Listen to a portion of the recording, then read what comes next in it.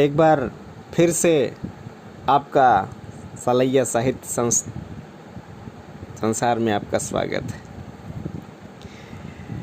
आज की प्रमुख कहानी प्रसाद की बिसाती पर कुछ स्वर देना चाहते हैं। उद्यान की शैल माला के नीचे एक हरा भरा छोटा सा गांव है। बसंत का सुंदर समोर उसे आलिंगन करके फूलों के सौरभ से उसके झोपड़ियों को भर देता है। तलहटी के हिमशीतल झरने उसको अपने बाहुपास में जकड़े हुए हैं। उस रमणीय प्रदेश में एक स्निग्ध संगीत निरंतर चला करता है, जिसके भीतर बुलबुलों का कलनाद कंप और लहर उत्पन्न करता है। दाड़िम के लाल फूलों की रंगीली छाया संध्या की अरुण किरणों से चमकीली हो रही थी। सीरी उसी के नीचे शिलाखंड पर बैठी हुई सामने गुलाबों की झुरमुट देख रही थी, जिसमें बहुत से बुलबुल चहचहा रहे थे। वे समीरण के साथ झूल झुलैया खेलते हुए आकाश को अपने कलरों से गुंजित कर रहे थे। शीरी ने सहसा अपना अवगुंठन उलट दिया। प्रकृति प्रसन्न हो हंस पड़ी। गुलाबों के दल में शीरी का मुख राजा के समान सुशोभित था। मकरंद मुंह में भरे दो नील भ्रमर उस गुलाब से उमड़ने में असमर्थ थे। भौरों को पद पर निस्पंद देखा जा सकता था। कटीली झाड़ियों की कुछ परवाह न करते हुए बुलबुलों का उसमें घुसना और उड़ भागना शीरी तन्मय होकर के देख रही थी। उसकी सखी जुलेखा के आने से उसकी एकांत भावना भंग हो गई। अपना अवगुंठन उलटते हुए जुलेखा ने कहा, शीरी, वह तुम्हारे हाथों पर आकर बैठ जाने वाला बुलबुल आजकल नहीं दिखलाई देता। खींचकर शीरी ने कहा। कड़े शीत में अपने दल के साथ मैदान की ओर निकल गया। बसंत तो आ गया, पर वह लौट करके आया नहीं। सुना है कि ये सब हिंदुस्तान में बहुत दूर तक चले जाते हैं। क्या यह सच है शीरी? हाँ प्यारी, उन्हें स्वाधीन विचरना अच्छा लगता है। उनकी जात बड़ी स्वतंत्रता प्रिय है। तूने अपनी घुंघराली अलकों के पास में उसे क्यों ना बांध लिया? मेरे पास उस पक्षी के लिए ढीले पड़ जाते थे। अच्छा, लौट आवेगा, चिंता न कर, मैं घर जाती हूँ। शीरी ने सिर हिला दिया। जुलेखा चली गई। जब पहाड़ी आकाश में संध्या अपने रंगीले पट फैला देती है, जब विहंग केवल कलरव करते पंक्ति बांधकर उड़ते हुए गुंजान झाड़ियों की ओर लौटते और अनिल में उनके कोमल परों से लहर उठती, जब समीर अपनी झोंकेदार तरंगों में बार बार अंधकार को खींच लाता, जब गुलाब अधिकाधिक सौरभ लुटाकर हरी चादर में मुंह छिपा लेना चाहते थे, तब शीरी की आशा भरी दृष्टि कालिमा से अभिभूत होकर के पलकों में छिपने लगी। वह जागते हुए भी एक स्वप्न की कल्पना करने लगी। हिंदुस्तान के समृद्धशाली नगर की गली में एक युवक पीठ पर गट्ठर लादे घूम रहा है। परिश्रम और अनाहार से उसका मुख विवर्ण है। थक कर वह किसी के द्वार पर बैठ गया है। कुछ बेचकर उस दिन की जीविका प्राप्त करने की उत्कंठा उसकी दयनीय बातों से टपक रही है।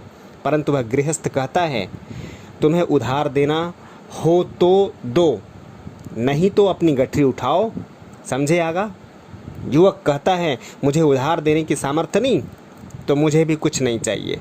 शीरी अपनी इस कल्पना से चौंक उठी। काफिले के साथ अपनी संपत्ति लादकर खैबर के गिर संकट को अपनी भावना से पदाक्रांत करने लगी। उसकी इच्छा हुई कि हिंदुस्तान के प्रत्येक गृहस्थ के पास इतना धन रख दे कि वह अनावश्यक होने पर भी उस युवक की सब वस्तुओं का मूल्य देकर उसका बोझ उतार दें। परंतु सरला शीरी निस्सहाय थी। उसके पिता एक क्रूर पहाड़ी सरदार थे। उसने अपना सिर झुका लिया, कुछ सोचने लगी। संध्या का अधिकार हो गया।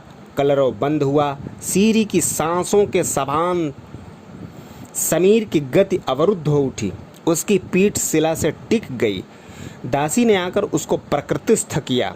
उसने कहा, बेगम बुला रही है, चलिए, मेहंदी आ गई है। महीनों हो गए शीरी का ब्याह एक धनी सरदार से हो गया।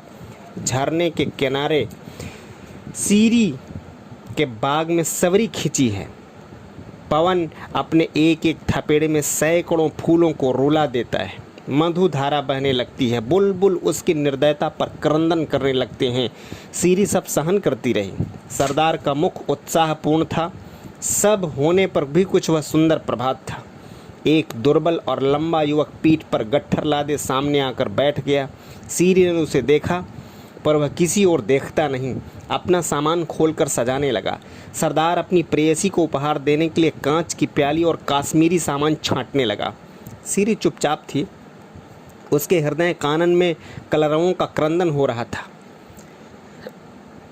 सरदार ने दाम पूछा। युवक ने कहा, मैं उपहार देता हूँ, बेचता नहीं। ये विलायती और काश्मीरी सामान मैंने चुनकर लिए हैं। इनमें मूल्य ही नहीं, हृदय भी लगा है। ये दाम पर नहीं बिकते। सरदार ने तीक्ष्ण स्वर में कहा, तब मुझे न चाहिए। ले जाओ, उठाओ। अच्छा, उठा ले जाऊंगा। मैं थका हुआ आ रहा हूँ, थोड़ा अवसर दीजिए, मैं हाथ मुंह धो लूँ, कहकर युवक भरभराई हुई आंखों को छुपाते उठ गया।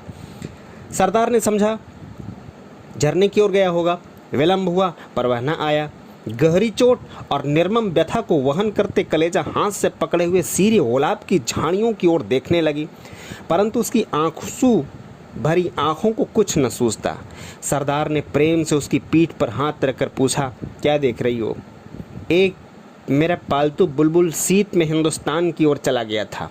वह लौट कर आज सवेरे दिखलाई पड़ा, पर जब वह पास आ गया और मैंने उसे पकड़ना चाहा तो वह उधर कोहकाफ की ओर भाग गया। सीरी के स्वर में कंपन था, फिर भी वे शब्द बहुत संभल कर निकले थे।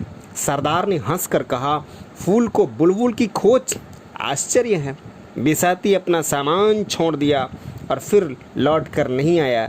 सीरी ने बोझ तो उतार लिया, पर दाम नहीं दिया।